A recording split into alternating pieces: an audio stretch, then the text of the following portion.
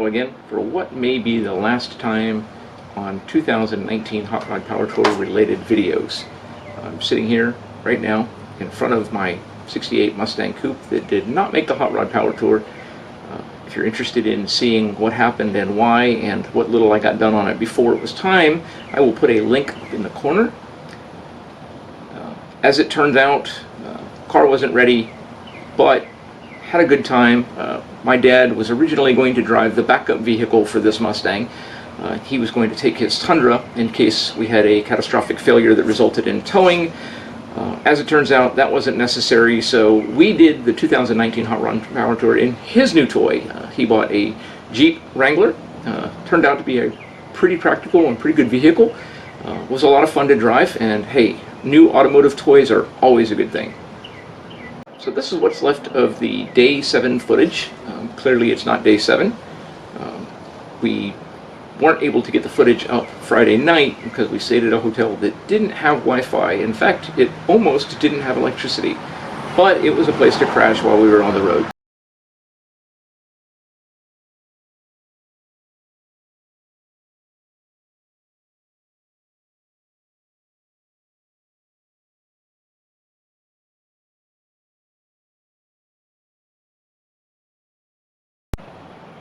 Friday morning started out pretty crazy. They weren't allowing anybody in the venue early, despite the fact that all of the other stops had allowed people to come in even if they were there early. They weren't letting anybody in until 10 o'clock if you were a long hauler. 10 or 11. 10 o'clock I think it was if you were a long hauler. If you were a spectator, you didn't get in until closer to noon, if I recall correctly. Might be wrong about that. So we found a spot on the grass in the overflow lot. Took a couple pictures and then sat out on the road and watched all the cool cars go by and create a traffic jam because, well, nobody could get into the place.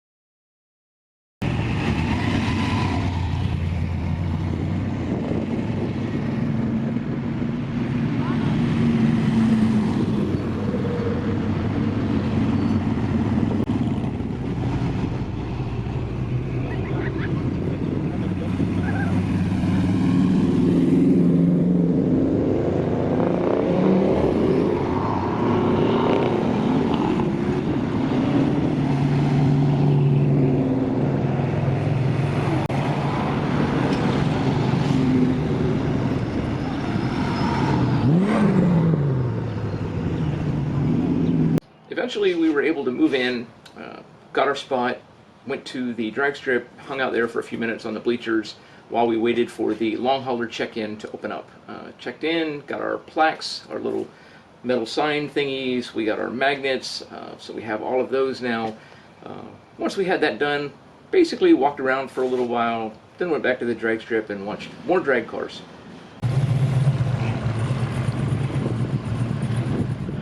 That guy did such a fabulous job on that.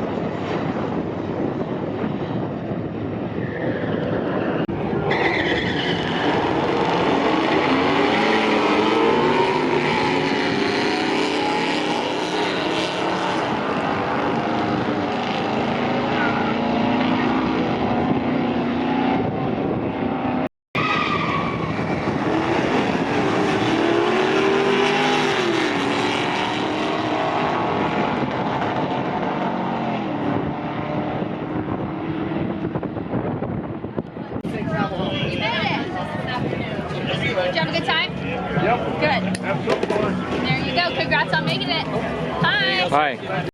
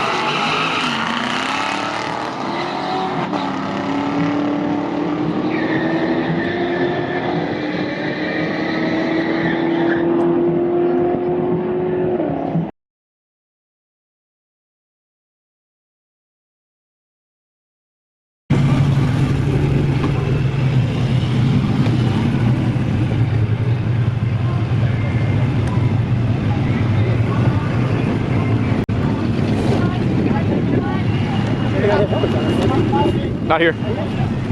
I'd like to take a moment to talk about a special kind of car that goes on the Hot Rod Power Tour. If you've never been on the Hot Rod Power Tour, or you don't know anything about the Hot Rod Power Tour, then you've probably never heard of the Plan Bs, or Cs, Ds, Es, F, Gs. Sometimes it goes further than that. This section is in honor of those cars that got driven because the other cars weren't ready, broke down, got wrecked, or in this particular case, got stolen.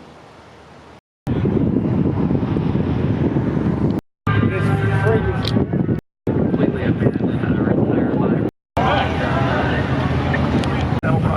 with their big boy.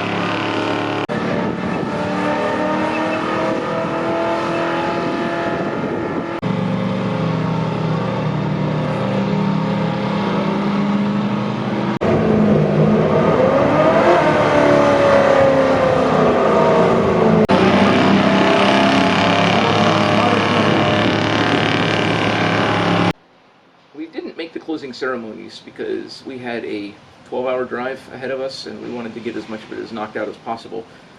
And it was beginning to look like it might rain, so we went ahead and packed the Jeep up, said goodbye to everybody, and headed out.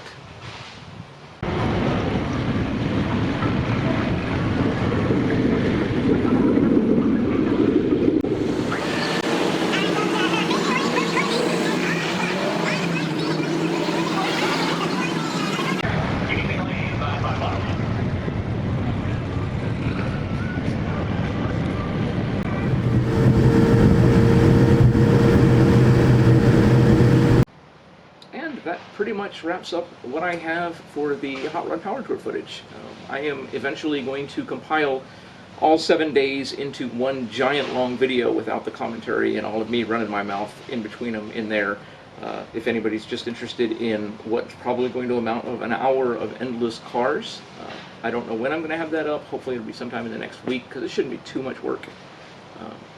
But I'll get that taken care of hopefully sometime fairly soon.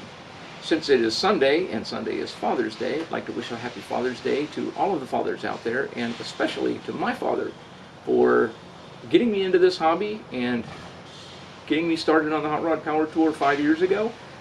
It's been a lot of fun, and I couldn't have thought of a better way to spend the week before Father's Day than looking at cars and being on a road trip with my dad.